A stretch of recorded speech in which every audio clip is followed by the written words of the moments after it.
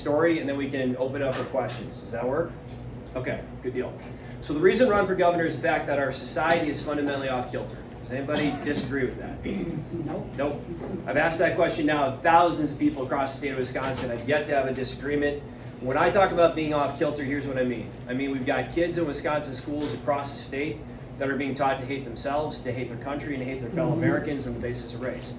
There's no pocket of our state where that is not occurring. I live down in Waukesha County, supposedly one of the most conservative counties in America. And we found that in schools in Waukesha County, we meaning my wife and I, with our own children, our own 3 young kids. That has to be fixed. We also need to deal with proficiency problems, because right now, the average proficiency throughout the state of Wisconsin on mathematics and language arts ranges between 27 and 29%. Anybody think that's good for setting our kids up for success? Not a chance. So I'm going to talk about what the solution is in a moment, but this is a crisis and it has to get addressed. And then let's talk about law and order. What we're dealing with in Wisconsin right now, and this is in all pockets of our state, is not simply a crime bump or a crime wave. We're seeing an actual undermining of the existence of law and order in our society. We've got sky-high violence, sky-high murder rates, certainly in some of our biggest cities like Milwaukee, but that violence is spreading throughout the entire state of Wisconsin, along with pretty much unchecked drug abuse, which is fueled oftentimes by fentanyl, which is destroying people's lives and families. This has to be dealt with, but the problem that we see is that at the moment we've got this escalation of violence and crime. We also are having a real hard time getting people to serve as police officers. I've got 32 sheriffs and police chiefs on my law enforcement advisory team. Every single one of them will tell you, and they cover all pockets of the state, from the very far north, all the way down to the south, east and west. They can't get people to do the job. They can't get people to do the job because politicians keep throwing them under the bus every time there's a use of force incident. Now, there are answers to this, but again, this is a deep-rooted and it is a tough problem, and we actually need a programmatic approach to how we fix this going forward. And again, I'll come back to that in a moment. And then elections, anybody really thrilled with the way our elections are being conducted? No. What we did see in 2020, and this is indisputable, we've got the photographic evidence of it, is ballot harvesting, the use of ballot drop boxes, the introduction of private funds into our election processes and loosen protocols. And look, it says in state law today, and it said it in 2020 as well too, that you can neither take nor give a ballot to anyone who's not an election official in the state of Wisconsin. So this concept of ballot harvesting, which is literally third parties going out and picking up mailed ballots, is illegal. It never should have happened in the first place, and it opens up the door for all sorts of misconduct, fraud, and inappropriate behavior. It's illegal, and it shouldn't have happened. But our Wisconsin Election Commission green-lighted all of it, which is why it needs to go, and we actually need to replace it going forward, and I'll talk in a moment about what that replacement looks like to me. So that covers a lot of stuff that I'll talk more about in a moment. It is all fundamental to getting our society back on track that we fix this. But let's just say, like, a lot of this stuff should have been dealt with a decade ago. When we had the governorship, we had the state senate, we had the state assembly. We certainly had good things happen then. We also missed many opportunities to advance the ball. And I'll talk more about that in a moment too. But I also want to say that the last couple years really did, as you all know, turn our world upside down. We saw our economy summarily shut down, and I know it affected people here today, but we saw people literally threatened with their employment or terminated from employment because they did not inject new medical technology into their body fast enough. We saw county health officials, county boards, governors issue summary mandates, which were in no way, shape, or form justified by law, that literally shut down entire schools for a year and a half, kick kids out of them. The whole thing's insane. There's nothing in law that justified any of these mandates and in these orders that so violently, honestly, shut down our economy and our world. That can't happen going forward. So one of the first things I want to do as your governor, work with the legislature, pass legislation which proactively stops future county health boards, health officers, future county boards, future governors from issuing mandates like this. Again, we have a structured legislative process. Your legislators, whether or not you always agree with them, are your representatives. You have a governor that represents the entire state. There is a process by which laws can be passed. That is very different than a governor waking up one morning, signing an order, and basically shutting down the entire state. That can't happen again going forward. And I bring that up because does anybody really think we just survived our last pandemic as a human race? No. No. Do we think our political class learned the right lessons from the last one? No. So we do need to put in place safeguards going forward, proactively stop those kind of mistakes, learn from the past, which is something politicians have a real hard time doing, is learning, but actually learn from the past to make sure we don't repeat our mistakes going forward. So now let's talk about some of the other stuff I raised. So education. What I want to do as your governor is implement universal school choice. That means that money from the state of Wisconsin will actually attach to students and no longer simply to school districts or to school buildings. Now, look, there's other people in this primary that will kind of echo or repeat the words I say, but understand that I get like the foundation of why we have to do this. And through a nonprofit that I led for the last couple of years called No Better Friend, we were advancing the ball on school choice and pushing hard for the implementation of universal school choice, because I think it's the key to so many problems we face today. But mostly, it gives parents in our state leverage, that they can go to administrators in schools and say, you're not teaching my kids proficiency, you're frankly teaching them intellectual poison like critical race theory, and I'm taking my kid out of your school if you don't address my concerns. And when my kid goes, the funding is going to go with them. That's what's going to make administrators in our state actually begin to pay attention.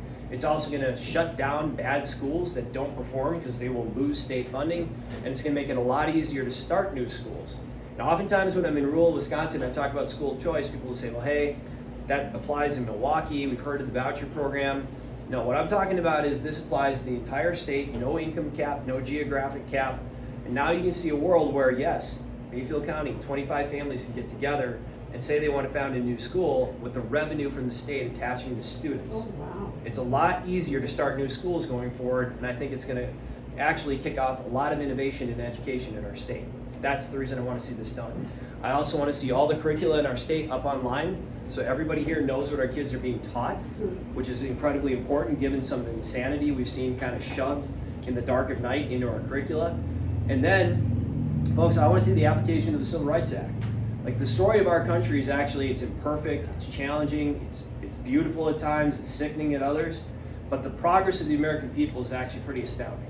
Like, literally, we fought a revolution to establish something unlike what has ever been seen on earth, right? Great risk, no guarantee it was going to work, it did. Then we fought a civil war, a very bloody one, to actually extend the promise of America to everybody. We just celebrated Juneteenth. Well, Juneteenth is a celebration of Americans standing up to fight for each other and to extend the promise of America to everybody. Now, after that Civil War, in a number of wars across the entire world, we sent our sons and daughters, again, soldiers, airmen, Marines, sailors, to dark corners of the world and literally pushed back armies of darkness. That's not hyperbole, that's not an exaggeration, you know who I'm talking about. Literally pushed them back and freed entire people. And then our forebears also marched to Selma in 1964, and they established the Civil Rights Act. Pretty phenomenal piece of legislation that just says bluntly that you can't discriminate against Americans on the basis of race or ethnicity. Here's the thing about critical race theory. It doesn't want to teach you any of that. What it wants to do is distort American history, and what it's really to do is to assign blame to people on the basis of their racial or ethnic background. That's a violation of the Civil Rights Act. What I want to do as your governor is ensure that institutions, schools, employers, whatever, that perpetuate critical race theory are sued for violating the Civil Rights Act like they should be. Our forebears made great progress, and they put some good laws in the book that we should actually leverage to stop the insanity that we're seeing today. And then last, I want to see the implementation of parental rights legislation, which makes it clear parents have to opt in to certain programming in their schools, and they have to be made aware of everything that's happening in schools. There's no barrier between schools releasing information to parents about their own children. Look, I just said everything I said as quickly as I possibly could. That's the answer with schools, to get things back on course. You will have a couple options in this primary for governor running as Republicans who will say maybe 10% of what I just said, and will understand even less than that. They've been told by consultants that school choice polls well with Republican voters, and that's fine, that's great. But understand that, like, we get it, my team and I, why we actually have to do this and do it now. And really why it should have been done by Republican legislators a decade ago, and we wouldn't be in the predicament that we're in today. So, that's education. Now, law and order. As I mentioned, we're in deep here. This is a bad time. This is a crisis. Literally, cops will tell you, talk to your police chief, talk to the sheriff, that they cannot hire enough people to actually patrol the roads and to man the jails. Because Why? Tony Evers, coming out of the Kenosha officer-involved shooting that precipitated the riots, issued a statement on that Sunday night. Some of you may remember it, but he came out and said that he didn't know what happened in that shooting. He admitted that. And then the next sentence basically insinuated that all law enforcement in our state was racist. Would you want to be a cop when that's what the chief executive of our state was doing when you went out and tried to do your job? Now, ultimately, that officer involved in the Kenosha shooting was exonerated by an investigation. And look, I've not worked in law enforcement, but I am a Marine Corps combat veteran, and I do know that it's very important to have a boss when you use force in your profession who's got enough backbone and intelligence to say, when there's a use of force incident, that we'll have an investigation, it'll be transparent, and when we have the findings, we'll decide the next steps in accord with the American judicial system. In essence, who knows that cops have due process too, and that there are processes built into our system to deal with this. If we do not have leaders with like the intellectual and moral authority and also just maturity to understand that there are processes built into our jurisprudence to deal with these things, we will no longer get people to actually serve as cops. And I know if I said this to you 5 years ago, you'd think I was crazy. It's true today. Young people don't want to do it. So I want to institute mandatory minimums going forward for bail and for actual sentences for violent charges and violent convictions.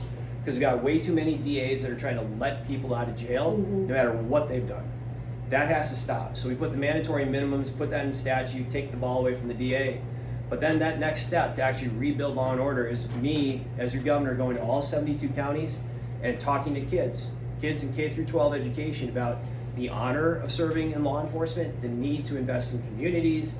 It's a great way to stay in the community you grew up in and have a good profession, and maybe it'll lead to other things you want to do in life. But we actually have to encourage kids to do this because nobody else is doing it right now.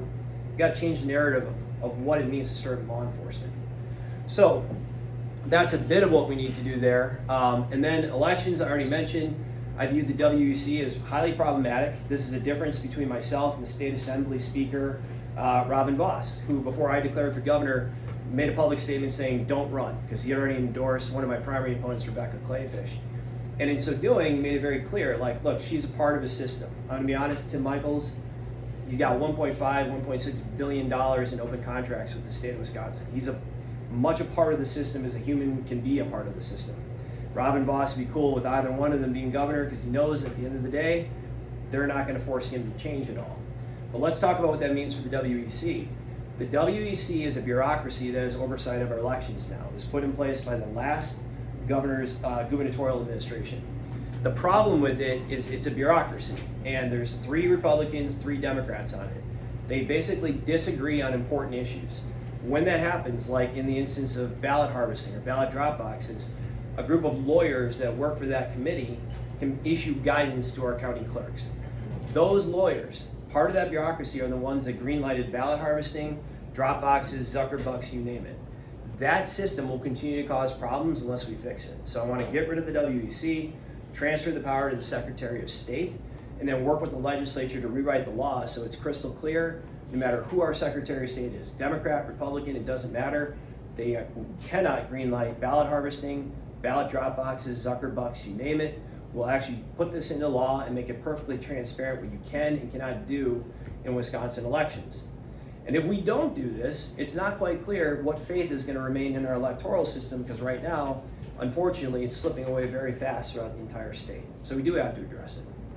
So that's a bit of what we need to do. But again, you don't do any of this stuff unless you actually beat Evers. We hear a lot about a red wave this year, right? Now, Republicans are going to do great. Joe Biden's numbers are terrible, justifiably so. He's a terrible president. But here's what's really happening. Look at a couple states around the country. Pennsylvania, the newly selected nominee for the U.S. Senate there is already losing by 9 to 12 points to the Democrat nominee. The Republican gubernatorial nominee in Pennsylvania, dead even at best with the Democrat that's running against him. Arizona too. Georgia, the nominee there for the U.S. Senate, running tied at best right now currently. Arizona, that's supposed to be a pickup. It's a red state. There's a Democrat incumbent that won on a special election. And right now, all 3 U.S. Senate candidates are running like 16, 17 points behind the Democrat. So what I'll say is this red wave concept probably does apply to House races, probably helps in state legislative races. But when you get to these big statewide races where people get to know the candidate better, it matters who you actually have on this ballot. And it matters if you have somebody who can actually win in Wisconsin, because we as Republicans have lost 11 out of 12 statewide general elections in our state right now. That's crazy. And when you consider the consequences of losing and how bad it is, we cannot keep doing this going forward. So a bit about myself before we open up to questions. I am from outside the political class. I was born in Milwaukee, don't hate me, but I was raised predominantly in southeast Wisconsin. I ran for the U.S. Senate in 2018. This became a really big deal.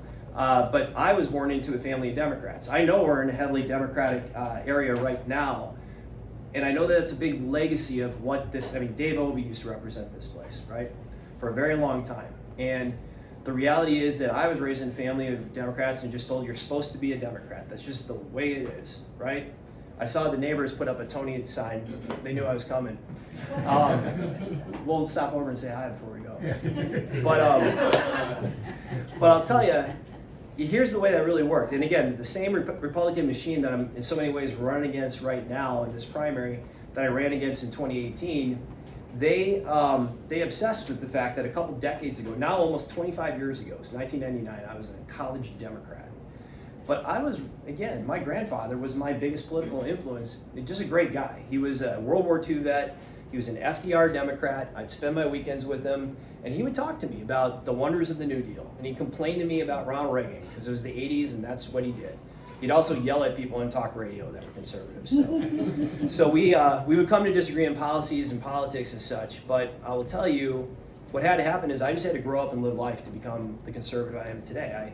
I did go to college, I got involved in the Democrat Party, and I didn't like what I saw. What I saw, this 1999 or so, was the inception of identity politics. And I didn't know this at the time, but identity politics is an outcropping of critical race theory. It is the attempt to divide us as a people on the basis of race and ethnicity.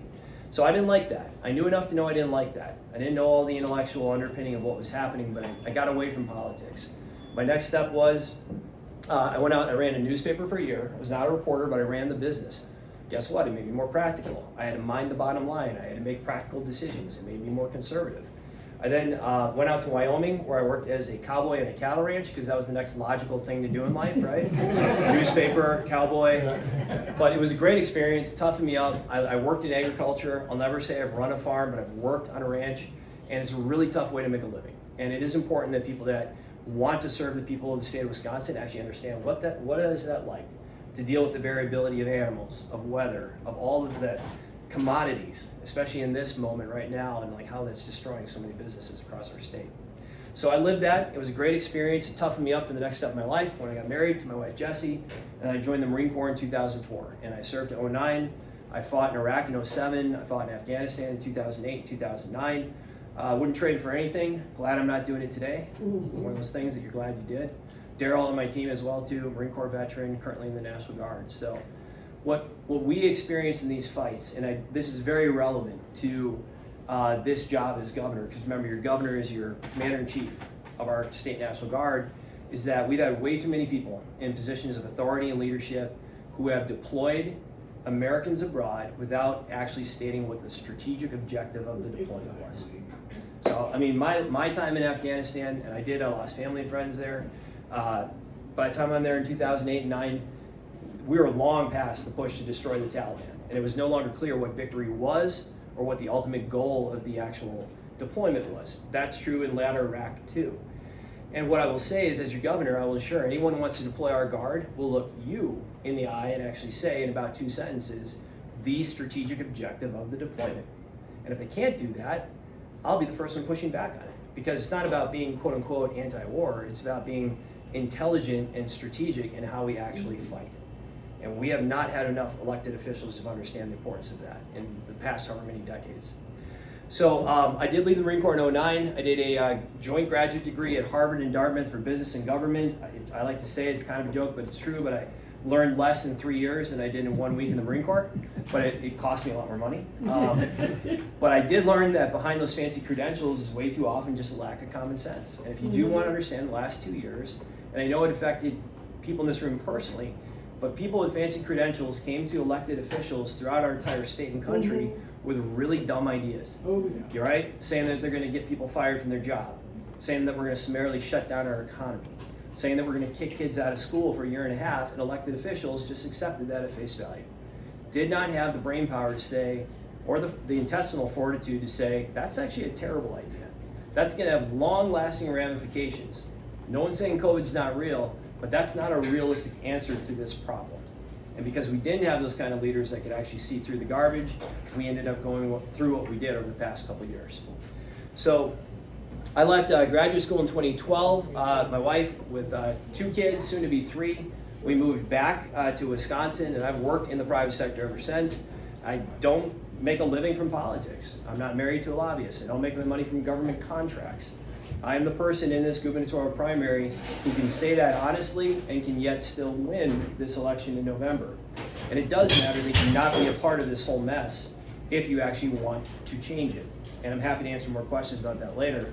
But as I mentioned, I've worked in the private sector since then. I ran for the Senate in 2018. I lost the primary, and then after that I founded that group I mentioned, No Better Friend, and that was a nonprofit. My wife and I volunteered time to it while I continued to work in the private sector. But the whole mission was to grow the conservative movement across the state of Wisconsin. I'll be the first to admit we did not do any events in Bayfield County. I apologize. It can be hard to get up here, but we were throughout much of Wisconsin. We were fighting for school choice. We were fighting to protect the unborn. We were working hard to actually back the badge and convening thousands of people across the state of Wisconsin to get out and support police at a time when people just simply weren't doing that. And so that mission was meant to say, like, look, we've lost 11 out of 12 statewide general elections. We've got to do this different going forward. We got to bring people into our conservative tent, explain why our ideas actually grow people's lives and their opportunity going forward. Some of the great groups we worked with at No Better Friend included Pro-Life Wisconsin, Wisconsin Family Action. Thrilled to have their endorsement today in this gubernatorial election. But with them, we worked with pregnancy resource centers around the entire state. And one of the things I learned is that these resource centers do great work to not just protect innocent life, but to actually build families and to help families take the first steps in life, which is outstanding. And one of the things I want to do as your governor is make sure that every last dime that finds its way from the state of Wisconsin to Planned Parenthood instead finds its way to those pregnancy resource centers throughout the state. It's a great way to help people as they take the first steps in life and, again, make stronger families in the state, which is unequivocally what we need. So, through that, you just heard a bit about who I am, about the challenges we face, what I view as tangible solutions as I can provide to you. I try not to just talk around things and actually lay out for you what my ideas are. But now I'm happy to take questions, and I'll do the best I can to answer. I have a question on the money for the schools, where the money would follow the children. How would you handle dispersing the funds? Yep. No, it's a great tactical question. So here's how I envision it, and I'm open to the process you need to go through in legislation, which is like give and take and understand what is the most efficient way. But the way I envision this is that there's a registration date. It's a market, so parents will have to register their child in the school they want them to attend. Not all schools will be able to accommodate everyone that wants to go there. It's a market, there'll be waiting lists. But you'll have to register by a certain date, and once the sort out happens and schools know their availability, children will be admitted, and then the money will be dispersed to the schools once the child is registered there. Yep. And that's not dissimilar to what exists now in the current voucher program. The difference is the current voucher program is capped by geography, it's capped by income, but same things, the student chooses of the available choice schools that exist, and they don't all participate in the program. You register, and then the money disperses to that school. Will that create difficulty for schools to create a budget based on not knowing what that number would be? It's like any kind of innovative market, right? Like schools are going to have to plan. I will anticipate that, particularly private schools, will continue to charge some amount of tuition over and above the voucher that's supplied by the state, which is fine. Ultimately, parents will make that decision. Do they want to pay that additional private tuition or not? And that's really their call. I'm not too concerned. That will sort itself out.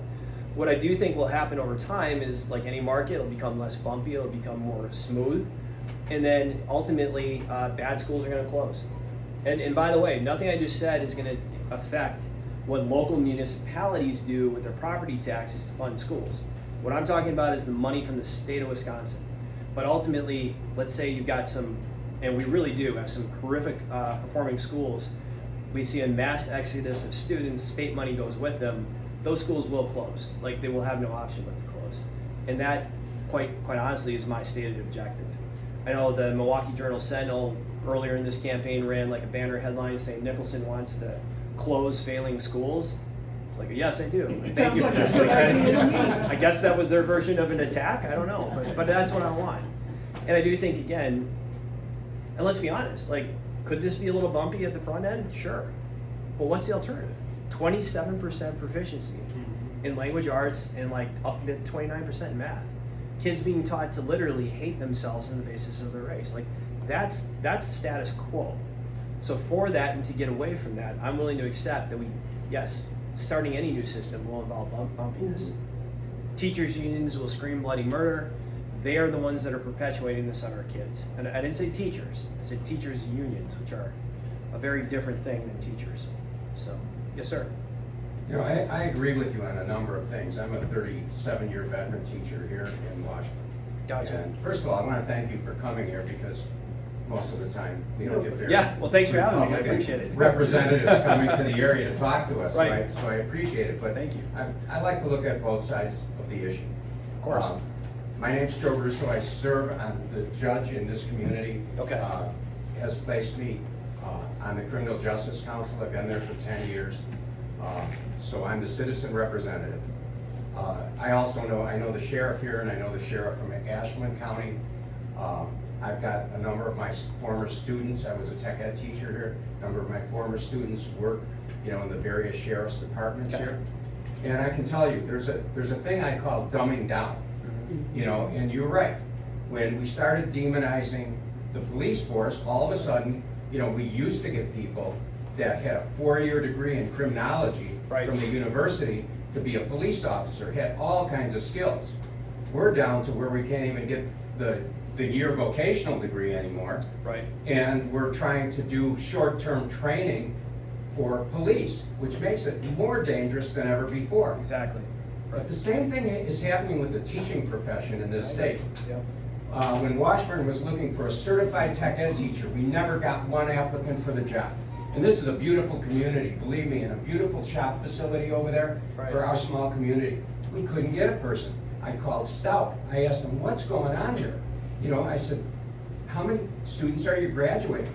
And they said before, the Walker regime came in and demonized the teachers, we used to have anywhere from 80 to 120 graduates in vocational technical education every year. Now we're averaging anywhere from 8 to 10, and most of them go to Minnesota. Yeah. And I said, what's the problem? And they said, well, you don't have many teachers advocating for them to go into teaching anymore. Yeah. My concern about whether it be charter schools or whatever, are they going to offer programs like vocational education for students? Can they offer that? I mean, it takes a lot of money to do that. You've got to have backing from industry. I had a Skills USA program that was strongly supported by business and industry. Right. And so, that business and industry tends to lean a little bit Republican, but hey, they don't care. They want students coming out of school that have hands-on skills and want to go in that direction. So it's not only the police. How do you feel about the teaching force, the dumbing down of the teaching force? Yeah. We are now getting teachers that we just put them through a little bit of training and we throw them in the classroom. Right. Whereas many of us have had years and years of training to be able to facilitate good education. Yeah, and to instill pride in students and actually lead them too, right? So that they're actually achieving. So yeah, it's a huge problem for teaching. I mean, honestly, speaking broadly, we have a huge labor problem in general. We can't get people to work because they've been discouraged for working now for multiple years. And I'm coming right back to your question. I'm not avoiding it. One of the issues is not just simply were people paid not to work for a duration. Yes, they were, and it frankly discouraged people from working. But also, too, people had to restructure their lives over the past couple of years. So a lot of two-income families made a decision to drop the second income because they had to be home with kids who were suddenly home with them. Now, I don't think that unstructures and changes right away. That's going to take a time for that to work its way out. but it created a labor imbalance right now where we're short everywhere, from law enforcement teaching to private sector to you name it. And we're seeing artificial wage inflation, which is tied to overall price index inflation, which is part of this entire problem. So we spend a lot more time on that. With regard to teaching in particular, so a couple of things. I do think that school choice will lead to more specialized schools, including trade schools and tech schools. And I think that we can look at this comprehensively, not just as K through 12, but as these trade and tech schools being feed-ins into our existing tech schools, the 2-year programs that are out there right now. And when it comes to funding these things, I think you're absolutely right. The previous administration did take a short-sighted view of this stuff. Like, I literally was touring a helicopter manufacturing company a few years ago, or not a few years ago, a few months ago, and the owner talked to us about how in 2014, the avionics school, which shared a tarmac with them, this is in Janesville area, was shut down. And he actually protested the Walker administration, said, no, don't do that. He's a Republican, right? Like, guy was not trying to cause problems for anybody, but he's like, look, this is a very valuable feed-in of labor. If we lose this training facility where we need these people, the thing was shut down. And it's caused a problem and a ripple effect across the entire industry at several manufacturers throughout the state. So the way that I look at this is, I do think the universal school choice is gonna allow parents and also too local business communities to say, we actually want to invest in the creation of a trade school, a tech school that exists in the K through 12 environment that helps to feed kids directly into employment or maybe even into 2-year tech programs, so those are basically a conjoined program. Absolutely, I think we can do that. You know, I think you can get away with that in a big community like downstate, but here, how many people are in Bayfield County? No, so grant you that, but think about it differently in the sense of when the revenue is attached to students, there is a world where suddenly 50 families can get together and choose that they want to start a school that has a actual specific backing to it. And then, yeah, you need a governor that will come out and say, look, when and where we have industry that's interested in making investments, let's get behind the schools and the communities and actually make the investments. That can be done, but it requires leadership. I mean, I think what you understand because of your experience is like, there's no way you just put this thing on autopilot and just say, oh, we'll build a system. Like the system is the universal school choice, giving families the ability to get their kids out of failing environments into good ones. And then it requires leadership to say, okay, business community, whether we're talking Bayfield County, Milwaukee County, do you have the human capital you need? I guarantee you the answer is no. But where is the most acute shortfall? How do we make the investment to actually make sure you have the flow of human capital you need? That might mean investing in a 2-year tech program, which is conjoined with a K through 12 school, like literally physically co-located. And now we just made a really good investment that actually can help to stabilize a community's human capital flow. But you got to think this stuff through. And I think what's missing way too much, missing current governor's administration and the previous one, is talking to people and saying, like the example I gave you, the avionics school, okay, so you need this flow of capital, okay, what investments are you, business community, making in this 2-year tech program? How do we help bolster those potentially with state government investments, because there's a long-term ROI on this. It's not all what do you cut and where, it's like what actually grows the economy in the state, because growth is key to actually having success long-term. So I do think we'll see more innovation, more specialization. I can tell you when I talk to manufacturers across the state, they are terrified about the lack of trade schools and tech schools in the K through 12. They're also terrified about the lack of graduates coming out of the 2-year tech post K through 12 schools as well too. And this might be a good time to do it. I don't mean to talk at you all excessively, but like when we talk higher ed, I also look at this, I think, differently than my Republican opponents, and certainly different than Tony Evers. I think we need to talk about economizing higher ed and actually doing this more efficiently, because right now, your average length of graduation for higher education in America is 5 to 6 years. Mm-hmm. Kids are coming out, students are coming out, adults basically, with way too much debt, way too little job skill. You can go to Oxford or Cambridge, 2 of the best universities in the history of humankind, and you can get a degree in a hard science like chemistry, mathematics, physics in 3 years. And they do that because they strip out a lot of extraneous requirements that are attached to American undergraduate degrees, which tend to be the most politicized content. Mm-hmm. So by saying to colleges, look, you're going to actually have your students focus sooner on what their major is, we can get them down to 3-year graduation rates, 1-year master's programs, which schools like Oxford and Cambridge do too. We can also build into curricula paid internships, which schools in Canada do. So in other words, you go to school for a semester, pure academics, you go and do a paid internship. Now you're building a relationship with the business community, you're getting real job skills. These things build a virtuous cycle. And no other society has tried to send such a large percent of people onto higher education as America is right now. Well, the result is we're seeing massive intake or taking on of debt. It's all subsidized. People are encouraged to take the debt on, and it does not always translate into the next step of life with the actual skills that you need to take the next step and get a job. So I want to see that shrunk down. And then, like, getting back to your question, I see the tech schools as part of that. Because, right, let's shrink the undergrad, the baccalaureate down to 3 years. Some students are going to be, I personally would encourage them more to consider the 2-year route, because maybe you get that 2-year tech or trade skill and decide you want to come back to school again in 5 or 6 years when you know what that next skill set is you need. So instead of pushing every kid get into a quote-unquote 4-year program that really takes 6 years, take out a bunch of debt, and we'll see you hopefully, when you come back to the economy, or maybe you leave the state. Let's get this thing a lot more efficient and then point kids back into industry as quickly as we can. Yes, ma'am. I would just like to pivot for a second here to see, I really appreciated when I was looking at Cleafish and Brethren and you, that you made a comment a couple months ago that we can't keep looking back to 2020. Biden is here, he was elected here, and it was messy. I totally agree with that. But there are people in the Republican Party, like me, my family, that are not Trumpers. And I find for people that are, but we're not, and I was appalled by January 6th, and there's been some things that have been really difficult to weather. And so when I looked at you, I thought you might be the person that could bring in some of my friends, family that have just gone, what's going on with our party?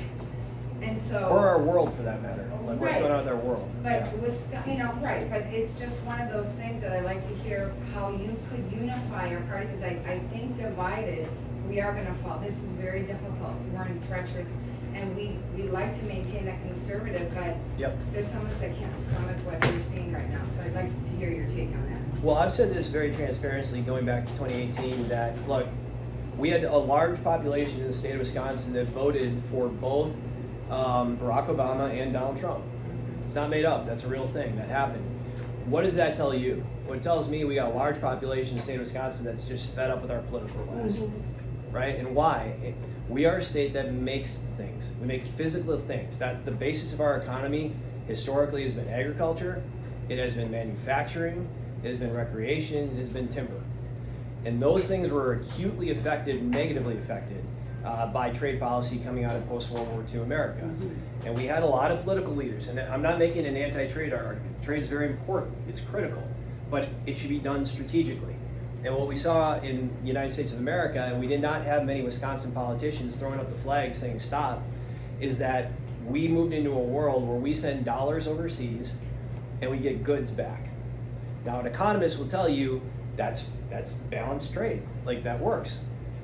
What's the reality? The reality is you see a carving out of communities around our state. We see jobs, which used to stabilize communities, used to give people careers, not just jobs, but careers they could build a life around. We saw all that go away. What Donald Trump did, I mean, look, some people like Barack Obama because they thought he was just something different, right? Like, and that was his pitch. Like, he literally only said the word change for about 12 months. And some people voted for him. I did not like him, but some people did. Donald Trump, if he is anything, is picking up a rock and throwing it at a glass house and saying your glass house is made of glass. And I think there's a lot of people in Wisconsin who responded to that and said, you're right. This whole thing's crazy. We should have never wound up in this situation that we're in right now. And now the question is, how do we take the next step? Get beyond what I do view as a very fundamentally broken political class, and that includes, you want to call it the establishment, the whole 9 yards, and say, we got to get to the next step and actually address these problems. I've always tried to keep my focus there. And in this world of like high volatility in American politics right now, I think if there's one thing I've always tried to say is like, look, if someone's got a good idea on a policy and a fix, I'm all for it. I don't join a cult of personality, but I do believe that there's room to actually say this whole thing's messed up. We got to do it differently going forward. That's the mantra I think people have heard from me publicly when I ran in 18, through No Better Friend, and then here today. And it's what you're going to hear from me as your governor. And I think that's what's actually going to get our society past what we've experienced over the past number of years and actually get back to a position where we can compete going forward. So for what it's worth, there's a sugar rush that comes from certain, like, just saying hyperbolic things in American politics right now, right? There is a way that you can just say a bunch of, like, extreme stuff and you get a reaction on social media. The news media is going to cover you. You're going to be a lightning rod, et cetera, and then you're going to participate and help to actually further the decay of our society. That's why I don't do that kind of stuff. And that, for what it's worth, whatever the next step is, that's what I was taught to do as a Marine. Like, identify the problem, certainly don't make it worse. Like, put out the solution that actually makes the most sense. And I'm very comfortable with the idea that voters get a say on August 9th. And what I will say, and I usually close with this, is like, if you really do want a candidate that can win in November, beat Evers, and then get our world back on track, I'm your choice. If you want status quo, you got a couple options in this primary. They are welded into this thing. They ain't gonna change anything. They'll say what they gotta in order to get a reaction from you. That's just not what I'm gonna do. So, these are good questions. What else? Other questions? Well, I have, Yes, ma'am. with all every single time there's a tragedy in one of the schools, the only thing you hear about somehow it's the gun's fault. Now, personally, I'm not a big gun fan, but I'm not against them. And it's our Second Amendment right, and it's vital, or we don't have any way to take care of ourselves, especially if there's no policeman to help you out. You're Yeah. kind of out of luck. Yep. So what is your suggestion on how to not solve the problem, because I don't know that there's anything to solve, but how to deal with that particular set of problems that has risen up? Not that it never was there before, because they happened in the past as Sure. well. They just didn't get made into a political nightmare and a disaster and somebody to jump on the bandwagon constantly. What ideas do you have that we can do to Well, first, protect our let's kids? frame the debate around the Second Amendment. So I'm an advocate and a believer in the importance of the Second Amendment. Second Amendment, first off, has nothing to do with hunting, nothing to do with recreation. It is about your intrinsic right to protect your life and liberty, and that's what the founders intended. Now, let's talk about the debate that's happening currently. You mentioned one of the big hypocrisies in this. Do we all remember when the left used to say you don't need the Second Amendment because it was their view that the police would be there to take care of your problems? That was before they structurally destroyed law enforcement in America, but they did. And so we should call out that hypocrisy, because it's crazy that they used to say that before they went on a giant, like, socioeconomic rant about destroying police. So that's number one. Number two, how about that southern border? What comes over that southern border? Humans get trafficked, drugs get trafficked, guns get trafficked. There is a massive black market for guns in this country, and if criminals want to perpetrate crime with a gun, they have immediate access to it. So this goal of the left to try and curtail people's Second Amendment right, which is really used by law-abiding citizens to make sure they can protect their life and liberty, it doesn't fit. Here's what we can do to address violence in our society. So I already mentioned, yes, mandatory minimums for bail and sentencing, rebuilding law enforcement. Part of rebuilding law enforcement means getting cops, uniformed cops, back into schools. Here's another hypocrisy. Do you remember prior to about 2 years ago when other school shootings occurred and kind of the whole nation said we need cops in schools? That was right before the left said they want to take cops out of schools, and they did, all across the state and all across America. School resource officers are very important for not just protecting against external threats, but they actually lower rates of violence inside of schools. Why? Because they have relationships with kids. So in other words, when a fight or a violent outcome might happen, which happens amongst normal people, not even involving weapons, there's a cop on the scene who knows the two students and can de-escalate it very quickly. The left took that tool away from schools all across America. I want, in Wisconsin, uniformed police officers inside our schools. Helps protect against multiple variable threats. Then let's talk frankly about the fact we have a mental illness crisis in America. Many of you will know this. We made a decision as a society to move away from sanitariums. Sanitariums existed, they were large institutions, some were good, many were bad, and they did not treat people particularly well. So society said, we're not gonna do large-scale sanitariums anymore. And then we never put the next step in place. And basically, people that suffer from mental illness were turned out onto the street. And at a time where society is changing, right? Because there might be a time where you grew up in the same community as your parents, your uncles, aunts, cousins, and all the rest of it, and everyone kind of knew who needed that extra help to make sure they didn't fall through the crack. Well, guess what? We're all more mobile now. So at a time where we basically turned those suffering from mental illness out into the world, we also are in a more mobile world where they don't have the infrastructure and support they used to. That doesn't just affect mass shootings. I guarantee you that is affecting the day-to-day violence that we're seeing with record murder rates. So the media wants to talk only about one sliver of a violence problem. But how about the fact that every day you go to Milwaukee, we're dealing with an epidemic of violence which occurs on a day-to-day basis. I think a fair amount of all this is fueled by the fact that we do not treat the mentally ill the way we should. So the answer is, we have to invest in our communities across the entire state and actually make sure there's enough beds available to treat people who suffer from mental illness. Now, to draw this whole thing home, and you do need a governor that gets this, you talk to law enforcement, talk to your sheriffs, what are they dealing with? They have mentally ill in their jails. And what do they have to do, especially when you get way up north here? They gotta drive people from their jail to a potential site where they can get some kind of treatment. That takes their deputy off a shift, because you might have to be gone for 12 hours just driving, let alone you gotta wait another 3 hours for somebody to in-process somebody. So literally, when they're short on the road and they can't man the jails, they're losing deputies to drive people across the state because they are caretakers today of the mentally ill. So what I just said will take financial investment, but it means going basically and talking to hospitals across the state and saying, what do you need for resources today to actually build out mental health units where you can appropriately treat people? So, and again, this should have been done the minute that we decided we're not doing sanitariums. There should have been investments made in community hospitals across the state and nation. Our leaders failed us, and we're stuck here. And we should all admit that if somebody immediately gets access to a weapon and their first thought is, how do I harm somebody else?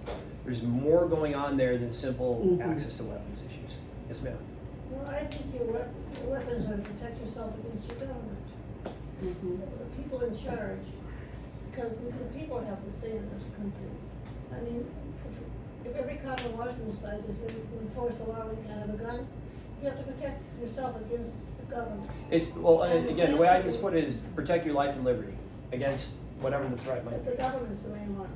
Every country has been taken over by dictators. Those people don't have ways to protect themselves. I fought in 2 countries like that. I know. And you know, I think the family unit has to solve. There's no fathers in homes. It's the guy's fault. They don't have fathers in the home. No, that goes back to it's the government's don't fault have with the fathers in welfare home. system. I mean, you need a father figure and you need a mother figure. You don't need 2 mothers, you don't need 2 fathers, but you need a mother and a father. So the dissolution of the American family is core to everything we're talking about. Now, I'm running for It's very governor. hard. I don't know how we never do it. So, we're having a very frank conversation here. I'll give you a frank answer. I, as your governor, can't fix all this, and that's unfortunate. No. But this is one of the reasons I do talk a lot about school choice, not because I believe that schools can replace families, but I believe you need to create cultures where people are actually put on trajectories to success. Now, is that as good as having mom and a dad at home and a fully built up? No, it's not. But it's what I can start to do to start to move the needle back in the right direction. You're right. This is why I'm not a Democrat anymore. The left systematically undercut the existence of the church, of the family. They basically thumbed their nose at these institutions and said they're archaic and unnecessary. And here we are, 50 years later, right? They're also the ones that said, oftentimes too, in some cases justifiably, argued against the existence of sanitariums too, but again, didn't put a solution in place for what the next step was. So all these things the left has been advocating for decades, here we are. We're past critical mass. We're seeing a dissolution of society.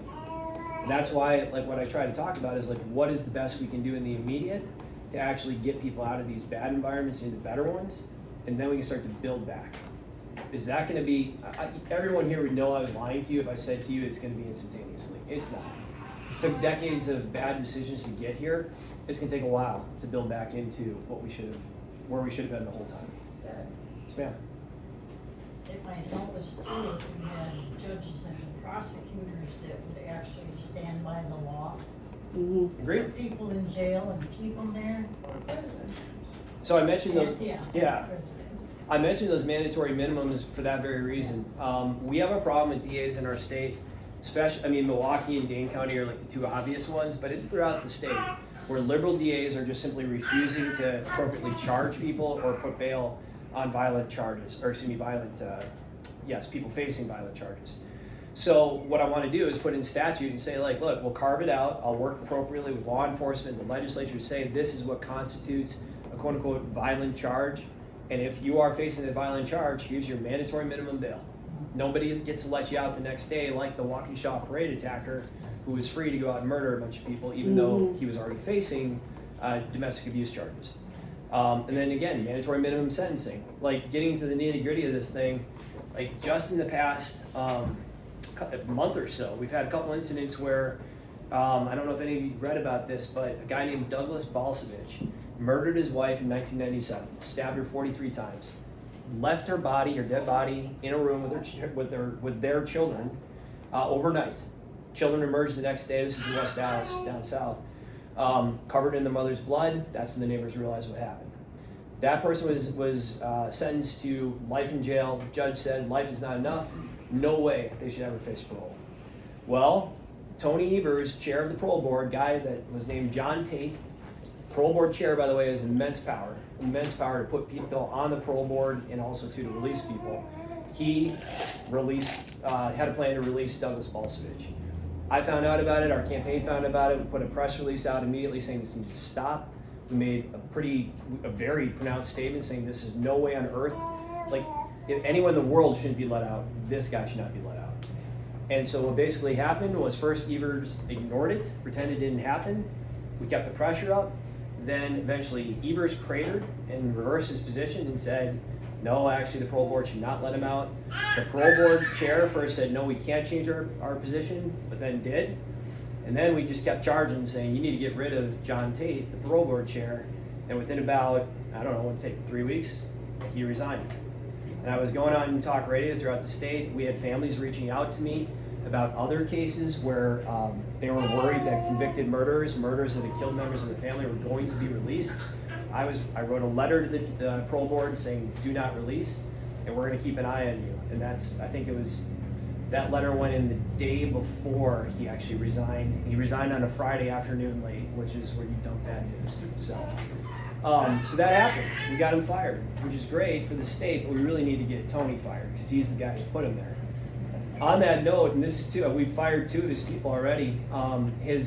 I was on the Vets Board, which is like an advisory board to the State Department of Vets Affairs. I served on that a number of years ago in the previous administration. The current, Tony Evers' appointee to be the chair of the State Vets Board was charged in January of this year with 3 felony counts of possession of child pornography. He admitted to possession of the material. He fought the charges in court, but admitted that he had the material. Tony Evers sent a meek letter saying you should probably resign. Guy ignored it, stayed on the board. No one knew he was still on the board because the normal people didn't know he was on the board because we're not in Madison, because the news media just didn't report it because they're not trying to harm Tony Evers. We found out about it on a Sunday, I think it was in March. By Monday morning, I wrote a letter saying get him off the board. This is a formal complaint. By that Monday afternoon at 3 p.m., he resigned. He was off the board. That's 2 scalps that I've taken from Tony Evers' administration in the course of actually just a campaign. I don't know what everybody else is doing in Madison. I don't understand why other Republicans aren't doing this stuff. This is very doable if you've actually got the initiative to do it. But if I can do that in the course of a campaign, I know darn well that I can do it as your governor to actually rout out people like that and get rid of them. So. Would that include with what's going on down at Union Grove? So Union Grove, yeah, so the State Department of Veterans Affairs has, I forget the total number, I think it's 6 veterans homes that are basically run by the state government. And the Secretary of Veterans Affairs has direct oversight of those facilities. And they're nursing homes. They're retirement homes for veterans that qualify. Not every veteran qualifies. Basically, if you did a full career, you qualify the state of Wisconsin. If they have a bed available, we'll take you in. And what we saw, and to your point on Union Grove and some of the other facilities, is a lot of legitimate complaints coming out and saying that, you know, veterans are not properly hydrated, they're not being treated correctly, and basically the Secretary of Veterans Affairs knows about this and has not taken action on it or any kind of real recourse. And when I was on the Vets Board myself, I didn't have direct overview of those facilities, but you sure knew that was an important obligation for the State Department of Veterans Affairs, because they're literally running nursing homes. So we have to make a decision here as a state. Is that a good thing for state government to be doing? Because I think there's room for political actors to get it wrong, and I think we should talk about whether or not it would make more sense to privatize these things. But in the immediate, Mary Kolar, who's the Secretary of Vets Affairs, should have dove in on this problem and addressed it immediately. She didn't. If she's the third person I can get fired from his administration, I'd be happy to do it. We came after her when I was at No Better Friend because she was allowing the Veterans Museum in Madison to be systematically defaced. Basically, they were allowing people to spray paint graffiti on it every single night, would not clean it up, would not stop the process, would not allow police to just stand and watch. Literally, we're stopping that from happening. And so we actually wrote letters and tried to aid other people that were trying to clean up the Vets Museum. This stuff's crazy. And like, again, there's a point where we would have had our differences with Democrats, but we wouldn't expect the Democrats to be perpetuating this kind of insanity. And I'm talking about people who possessed child pornography chairing the state's Vets Board. That's nuts. I don't know how we got here, but we're here. We got to actually have a candidate that can call this out and do it in a way that such that people are like, hey, that is crazy, and I don't want any part of it, and we can actually build a better future going in a different direction. So, I mean, I see that Tony sign out there. The thing about Tony is this, right? Like, you look at him, and he doesn't scare people. He kind of looks like a meek, mild guy, kind of, right? Flies under the radar. That's how he actually won his election. And I think we all have to be very realistic about it. Like, we have lost 11 out of 12 statewide generals. I just mentioned what's happening in states like Pennsylvania, Arizona, Georgia. We either get a candidate as our nominee who can go after this the right way and make the case to the people of Wisconsin, including your neighbors up here. Not all of whom are going to. It's the people that supported me that be worried about it. Well, but my point being, and I think you probably know this through friends, family, neighbors, that some of them may have voted for him last time, but they know darn well this is not what they want for their world. And if they have someone that can actually stand up and show them a better way forward, maybe they're not going to call themselves a Republican today, but maybe they'll make a smart vote, and we can start to bring them into our movement going forward. So, I know I've talked one. Yes? I just have a question. So Ron DeSantis did legislation that would protect workers from mandates. Yes. Is that something that you would be open to? Or 100%. That was one of the first things I said with like right away. I think that could literally be done in day one because the legislature already passed legislation like that. Yeah. They did it knowing that Evers would veto it, of course. But I think you can do that in day one. Literally in place proactive legislation to stop those kind of mandates going forward. Yeah.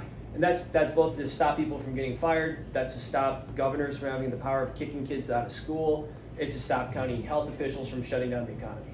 All the above. Yeah. Because I worked the whole pandemic as a nurse in the ER, and so initially when the lockdown started in early 2020, watched our ER that she normally saw approximately 100 to 120 people a day drop down to 10 a day. And it stayed like that for months. And so the whole county was locked down because we were worried about COVID, and we were saying, we're not seeing COVID, this is, how long is this gonna go on? Right. And so at no point during our time in the pandemic did we become overwhelmed. And so there was no feedback, but that sense of fear still drove everything. So, just overutilization of testing and inappropriate treatments and not treating people appropriately because they were concerned that they potentially had COVID. And so just saw a lot of mismanagement within the healthcare system. Some of the biggest advocates for police are actually ER nurses, because we work very, very closely with law enforcement and see the mental health and the drug addiction that goes on. And I've been primary nurse for people who are out of their mind on drugs that it took 6 police officers to hold down. restrain, yeah. So we could at least sedate and make them safe. So that's the kind of crazy that we see, and so have a much greater appreciation, I think, for law enforcement. So if Right. you ever need an ally, would not go to the politician side of nursing, but amongst people who actually work ER. Right. There's a great They know. love and support of that. Right. Couple other points you said about teachers. We have two small children, so they're 4 and 2, so we were starting to get questions about where they're gonna go to school. And we love the idea of school choice because it doesn't mean that you have to be rich enough to live in a certain neighborhood to send your child to the school that they want. Right. And the people that are most impacted positively for school choice are poor people. Mhm. Because people who have the means already have school choice. Right. It is the poor kids that get left behind. And if you want to use an example of how just pumping more money into the school doesn't work, you can look at the Chicago school system. That gets billions of dollars every year, Right. and they have not improved their outcomes. So it's kind of doing the same thing over and over without proof of outcomes. Right. And so for us, if there's not a good school option, we'll homeschool. And there's a huge homeschool movement happening now, and it's not, it shouldn't always be thought of as like a backup, like you would not, some people genuinely, that's their first choice. Right. But many people now are doing it because they feel like there's no alternative. And so the same thing with business is competition drives progress and excellence.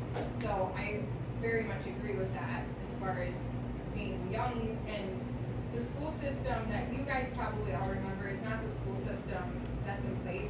And you are correct that smaller towns tend to shelter that, or they don't lose that as quickly as cities do. Right. But it comes, and so I think it's the opportunity to not go so far down before we come back up. Exactly. I would say. Yeah, no, the phrase I use all the time is kids just don't have time for politicians to quote unquote fix broken schools. Because they never they haven't done it for decades, they're not gonna do it tomorrow. This, however, does give the tools immediately to families to say, actually, we're gonna make a change now. And yeah, it might take a couple years to really get it fully up and running if we're starting a new school, but that's okay. That's better than the alternative when the alternative is broken. So, yes, and I believe that change and innovation will foster better results. I think we'll learn from it. But again, when your status quo is as bad as this is, I'm talking 27 to 29% average proficiency, math, language arts, like we gotta make a change. There's no two ways about it. So, It starts in the Certain about primary grades. what's that? 1 to 6 grades are the important ones. That's where you learn your basic reading and your skills. You know, if they don't get that in the primary grades, they're never gonna get it. You I need to could not practice. agree more. And the crazy stuff that's coming out of these schools, they are not teaching that. But those are the ones we should really concentrate on. Right. Well, they're I teaching agree. everything but the basics. It's true. They gotta get back to the basics. I love. Daryl's telling me last question. I love school. I love Who's it, sir? Yeah. I've got a, just a statement to make. First of all, I'd like to compliment all those that are here and present. You're obviously sharing in very similar feelings, being conservative, Republicans, but you've had the foresight and the intestinal fortitude to come out and meet in a public place and announce that you are a Republican or a conservative. This is one thing that I have a hard time dealing with. I live in Bayfield, and Bayfield is, of course, a lot of, You see our signs? We're right across from Seagull Thing and we had all the signs out. well, There are there's, those of us there. we've got a lot of liberals Oh, yeah. living in Bayfield. And anyway, the reason why I got more interested in politics starting this year, I'm a former politician from Tawny Kevin. I was elected 3 different terms in northern Minnesota as a supervisor of White Township. And I thought it was the greatest opportunity in my life to serve people and to do great things with the abilities you were given as an elected official. But just recently, in the last years when Trump was running for president, I became a very strong Republican, very outspoken, probably. I took and put my money where my mouth was and supported Trump during the elections. And it's a funny thing that happened after donating, and I don't know Trump personally at all, but I did receive an invitation from him to come to Washington D.C. on the 6th of January. And maybe there was a million others that got the same invitation, but I took that seriously. And I told my wife, I said, I'm really considering seriously going to Washington D.C. on the 6th, and what I figured there would be is a celebration and just a gathering of all these conservatives there also. But I never did go. And I sort of regret that, but about 6 months later, I was at home, and wife and I, and we were taking care of my mother-in-law, who was 95, and we were all outside, and we got a visit from two gentlemen that just come walking into our yard, and we've got a gate and everything, just come walking in. One of them happened to be one of the sheriffs here out of Bayfield County. And of course he had his full uniform on, he was packing a weapon, badges, all this stuff. And the second person I didn't recognize, or he didn't seem like, I didn't know who he was, but obviously he was some kind of a law enforcement. He had a sidearm and his badge out front, and he identified himself as a with the U.S. government, but with oh gosh. But he said what he had come here to do was to ask me, or to not ask me, but to tell me that I had been identified 100% as being at the January 6th in Washington D.C. And I told him, I said, I think that's kind of ridiculous. I was never there. I said, I sure wanted to be there. And anyway, I started wondering who this fellow really was. And I asked him, I said, I can see your badge and all this, but I would like to see your identification. He was FBI. And in fact, the agent was from Hawaii and had been called into the Duluth office, and his assignment was to go out, and I would consider it to harass Republicans, conservatives, those that had communication donated to the president, or whatever. Somehow I was chosen, selected to go, and they were going to convince me that I had been at January 6th at the Capitol. And my wife got pretty irate when he started saying this, and he said, well, he says, don't take it too personal. He says, I've got 70 of these to do. Now, Was he trying to confer charges? Like, Pardon me? What occurred? Like, was he trying to charge? No charges. Okay. There was no charges filed. I told him, I said, my son and I were here at this house on the 6th of January, and we watched the whole incident unravel. But I said, this is what, I was right here. I said, there was no way that anybody could have recognized me there. And he said, well, we've got a 100% identification of you being in Washington D.C. And I said, well, I understand that in the United States you can take and ask that you see or face your accuser. And he said, and then you could find out who turned you in, or however this happened. And when I told him that, he said, well, he said, if you want to find out who it was that turned you in, he said, you have to go to court. So, here's an FBI that came in. Right.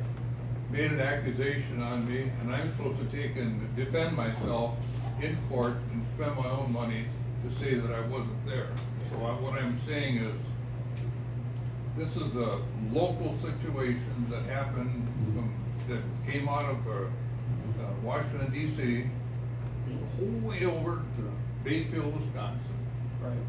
And I don't think I'm any kind of a radical. I think I'm just someone that believes in his candidates, back them financially, back them verbally, and it just happened. So I've got to say to you, Republicans and conservatives, stand your ground. You believe in what you believe, and don't let anybody convince you out other than that, and follow through. Become vocal, and let people know what you believe in. Run for office, like Kevin is doing right now. He's a Marine that has taken on this challenge, and to me, he looks like quite the candidate. I've researched him, and I certainly am going to take and volunteer for his organization to help him along. So, Thank you. in summary, I'd just like to say, take it, be proud that you're Republicans, and pick out your candidates with your, and then proceed and become a real American. Thank you. So- Well, and thank you again for having me here. Thanks for sharing that. That's crazy that happened. I want to talk more about it because I haven't heard a story like that yet. Yeah. My ask of everybody here, August 9th. August 9th is the primary. Please vote. Please share it with the community. If you want to see us win in November and see things done differently, I'm your candidate. Again, if you're okay with status quo, you got other options here. But in the meantime, thank you again for having me here. It's a great place to be here. Thank you.